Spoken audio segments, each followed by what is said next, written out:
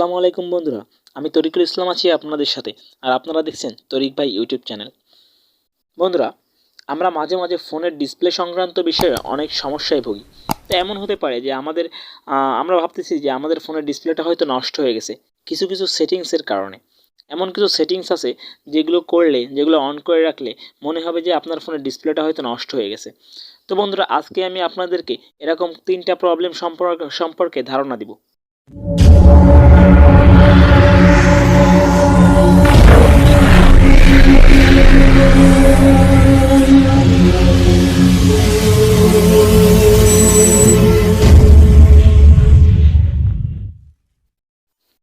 তো বন্ধুরা, এর জন্য আমরা চলে যাব আমাদের ফোনে থাকা সেটিংস অপশানে যাওয়ার পরে আমরা স্ক্রল ডাউন করে নিচের দিকে নামবো। এখান থেকে আমরা চলে যাব ফোনে থাকা অ্যাক্সেসিবিলিটি নামে একটা সেটিংস আছে। এই সেটিংসে আপনি দেখতে পাচ্ছেন এখানে এই যে অ্যাক্সেসিবিলিটি, আমরা এই ফাংশানে যাব। এই ফাংশানে যাওয়ার পরে আমরা নিচের দিকে নামবো। এখানে দেখেন বন্ধুরা, কালার ইনভার্সন নামে একটা ফাংশন আছে, আমি এটা অন করে দিব। দেখেন বন্ধুরা, এটা অন করার পরে আমার ফোনের সমস্ত সেটিংস সব ব্ল্যাক অ্যান্ড হোয়াইট হয়ে গেছে। তো এমন হতে পারে যে আপনার কোনো ফ্রেন্ডস অথবা কেউ আপনার পরিচিত আপনার ফোনটা নিয়ে এরকম করে দিল। আপনি হয়তো ভাবলেন আপনার ফোনে কোনো সমস্যা হয়েছে, বা এটা কোথা থেকে হয় আপনি জানেন না। ব্যাস, আপনি ভাবলেন আপনার ডিসপ্লেতে কোনো প্রবলেম হয়েছে, আপনি ভাবতে পারেন। তো আসলে এটা তেমন বড় কোনো ব্যাপার না। এটা জাস্ট অ্যাক্সেসিবিলিটি থেকে কালার ইনভার্সনটা অন করে দিলেই এরকম সাদা কালো হয়ে যায়। এতে করে আপনার ব্যাটারিটা অনেক দীর্ঘস্থায়ী হয়, আপনার ব্যাটারির চার্জটা অনেক লং টাইম যায়। কারণ যখন আপনার ফোনটা রঙিন থেকে সাদা কালো হয়ে যাবে, ব্ল্যাক অ্যান্ড হোয়াইট হয়ে যাবে, তখন চার্জ অনেক কম যাবে, আপনারই সুবিধা হবে। তো বন্ধুরা, এটা আমি অফ করে দিচ্ছি। এখন এখান থেকে নিচে এসে আমরা আরেকটা ফাংশন দেখব। এখানে দেখেন হাই কন্ট্রাস্ট টেক্সট। তো এটা যদি অন করে দিই, দেখেন আপনার টেক্সটগুলো অনেক বেশি কন্ট্রাস্ট হয়ে যাবে, যাতে করে আপনার চোখে ক্লিয়ারলি ধরা পড়ে। আসলে অনেকে যারা দেখতে সমস্যা হয় তাদের জন্য এই ফাংশনটা। তো হয়তো আপনি এই ফাংশনটা সম্পর্কে ধারণা রাখেন না।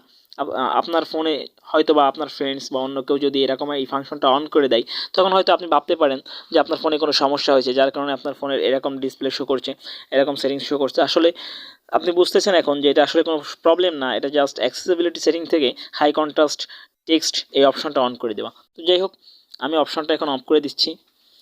বন্ধুরা, আরেকটা ফাংশন এবং থার্ড ফাংশন দেখাবো, সেটা হচ্ছে আমাদের ফোনের যে ডেভেলপার অপশনটা থাকে, যে দেখতে পাচ্ছেন ডেভেলপার অপশন, এই ডেভেলপার অপশানে থাকে।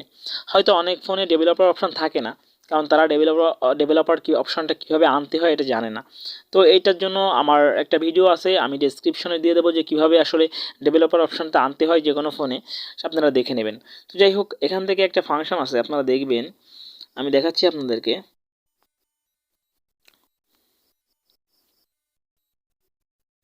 বন্ধুরা দেখেন, এখানে show surface updates show surface updates নামে একটা ফাংশন। আমি যখন এটা অন করে দেবো, তখন আমার ফোনটা যখনই টাচ করা হবে তখনই কাঁপবে। আপনি দেখেন, এভাবে অন করে কেউ আপনার ফোনটা দিল, তখন আপনি যখন ডিসপ্লেটা এরকম স্ক্রল ডাউন করবেন, তখন আপনার ফোনটা কাঁপবে। আপনি হয়তো ভাবতে পারেন যে আপনার ফোনের ডিসপ্লেতে কোনো প্রবলেম হয়েছে। আসলে আদৌ তা না, আপনার ফোনের ডিসপ্লেতে কোনো প্রবলেম হয় নাই। জাস্ট শো সারফেস আপডেটস এই ফাংশনটা অন করে রাখার কারণে আপনার ফোনের এই প্রবলেমটা শো করতেছে। আসলে এটা কোনো প্রবলেমই না। আপনি যখন এটা ডেভেলপার অপশন থেকে অফ করে দিবেন, তখনই আপনার ফোন আগের মতো হয়ে যাবে। তো বন্ধুরা, ডিসপ্লে সংক্রান্ত 3টা বিষয় আপনাদেরকে তুলে ধরলাম আপনাদের সামনে, যাতে করে এরকম সমস্যায় আপনি যদি পড়েন, তো আপনি বুঝতে পারেন যে এটা আসলে ফোনের সমস্যা না, এটা জাস্ট সেটিংসের থেকে করা হয়েছে, যার জন্য এরকম প্রবলেম হচ্ছে। আসলে এটা ফোনের কোনো প্রবলেম না। তো বন্ধুরা, যদি ভিডিওটা দেখে ভালো লেগে থাকে, একটু উপকৃত হয়ে থাকেন, তবে অবশ্যই আমার চ্যানেলটি সাবস্ক্রাইব করে পাশে থাকা বেল আইকনে ক্লিক করে নোটিফিকেশনটা অল করে দিবেন। ধন্যবাদ। আল্লাহ হাফেজ।